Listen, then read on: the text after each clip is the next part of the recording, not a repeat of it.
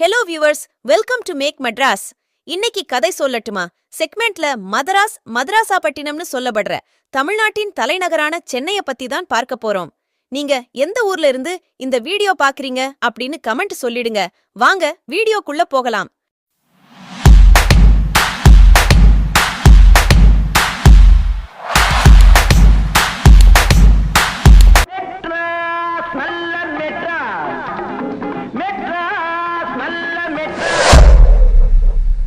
தமிழ்நாட்டின் தலைநகரம், இந்தியாவின் இரண்டாவது பெரிய நகரமான சென்னை தென்னிந்தியாவின் வாயிலாகவும் பார்க்கப்படுகிறது.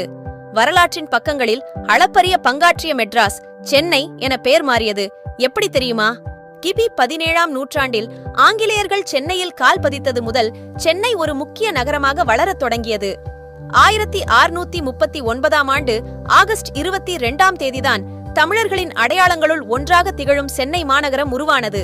1996ஆம் ஆண்டுக்கு முன்னர் இந்நகரம் மதராசப்பட்டினம், மெட்ராஸ் மற்றும் சென்னப்பட்டினம் என்று அழைக்கப்பட்டு வந்துள்ளது.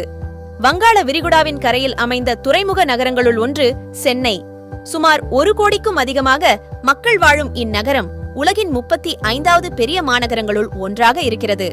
சென்னை நகரில் உள்ள மெரினா கடற்கரை உலகின் நீளமான கடற்கரைகளுள் ஒன்றாக இருக்கிறது.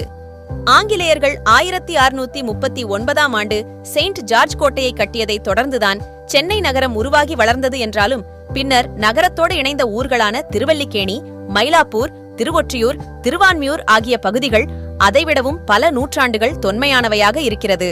கிழக்கிந்திய கம்பெனியை சேர்ந்த பிரான்சிஸ் டே, ஆண்ட்ரூ கோகன் ஆகியோர் தற்போது செயின்ட் ஜார்ஜ் கோட்டை உள்ள இடத்தை வாங்கினார்கள். அந்த இடத்தை இவர்களிடம் விற்ற ஐயப்பன் மற்றும் வேங்கடப்பன் ஆகியோரின் தந்தையான சென்னப்ப நாயக்கர். அவரது நினைவாகவே கோட்டைக்கு வடக்கில் உள்ள ஊர் சென்னப்பட்டணம் என்று அழைக்கப்பட்டது. கோட்டையை மையமாக கொண்டு ஆங்கிலேயரின் குடியிருப்புகள் கட்டி எழுப்பப்பட்டன. சென்னப்பட்டணத்தை ஒட்டியிருந்த திருவல்லிக்கேணி, புரசைவாக்கம், எழும்பூர், சேத்துப்பட்டு ஆகிய கிராமங்கள் இத்துடன் இணைந்தன. இதைத் தொடர்ந்து 1688ஆம் ஆண்டில் சென்னை முதல் நகர அவையாக 2ஆம் ஜேம்ஸ் மன்னரால் அறிவிக்கப்பட்டது. இதன் மூலம் இந்தியாவின் முதல் நகராட்சி என்ற பெருமையை பெற்றது சென்னை. கிழக்கிந்திய கம்பெனியின் ராபர்ட் கிளைவ் தனது படை நடவடிக்கைகளுக்கான தளமாக இதை பயன்படுத்தினார். பின்னர் இது பிரிட்டிஷ் அரசின் இந்திய குடியிருப்பு பகுதியில் இருந்த 4 மாகாணங்களில் ஒன்றான இந்த பகுதி சென்னை மாகாணம் என்ற பெயர் பெற்றது. சென்னப்பட்டினம் ஆங்கிலேயர் வசம் வருவதற்கு 50 ஆண்டுகளுக்கு முன்பே டச்சுக்காரர்களால் மதராஸ் என்று சொல்லப்பட்டது. மாதரசப்பட்டினத்தை ஆங்கிலேயர்கள் தங்களின் உச்சரிப்புக்கு வசதியாக மதராஸ் என்று அழைத்தார்கள் என்று தொல்லியல் ஆய்வாளர்கள் கூறுகின்றனர். அதுவும் காலப்போக்கில் மக்களின் உச்சரிப்பால் மருவி மெட்ராஸ் என மாறி போனது.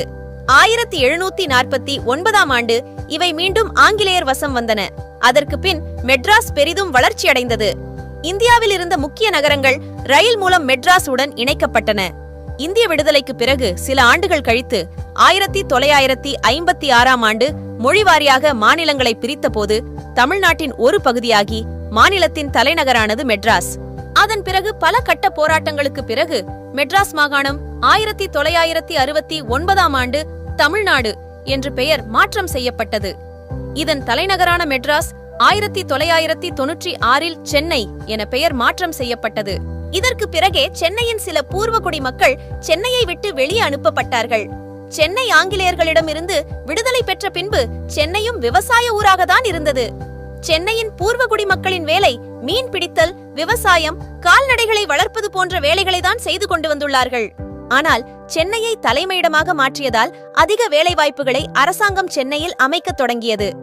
இதனால் விவசாய நிலங்கள் பல அழிக்கப்பட்டது. தமிழ்நாட்டின் தெற்கு பகுதிகளில் இருந்தும் இந்தியாவின் வடக்கு பகுதியில் இருந்தும் அதிக மக்கள் சென்னைக்கு பிழைக்க வந்துள்ளார்கள். இதனால் சென்னையின் மக்கள் தொகை அதிகரித்து இப்போது தண்ணீர் கூட கிடைக்காமல் அவதிப்படுகிறது.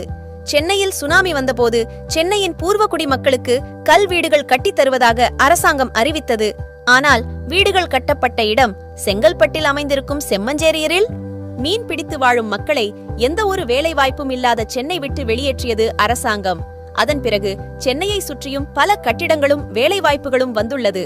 ஆனால் அதை எல்லாவற்றையும் அனுபவிப்பது ஹிந்தி மொழி பேசும் மக்களும் மற்ற மொழிகள் பேசும் மக்களும் தான். சென்னைக்காக போராடி உழைத்த அனைவரும் வெளியேற்றப்பட்டனர்.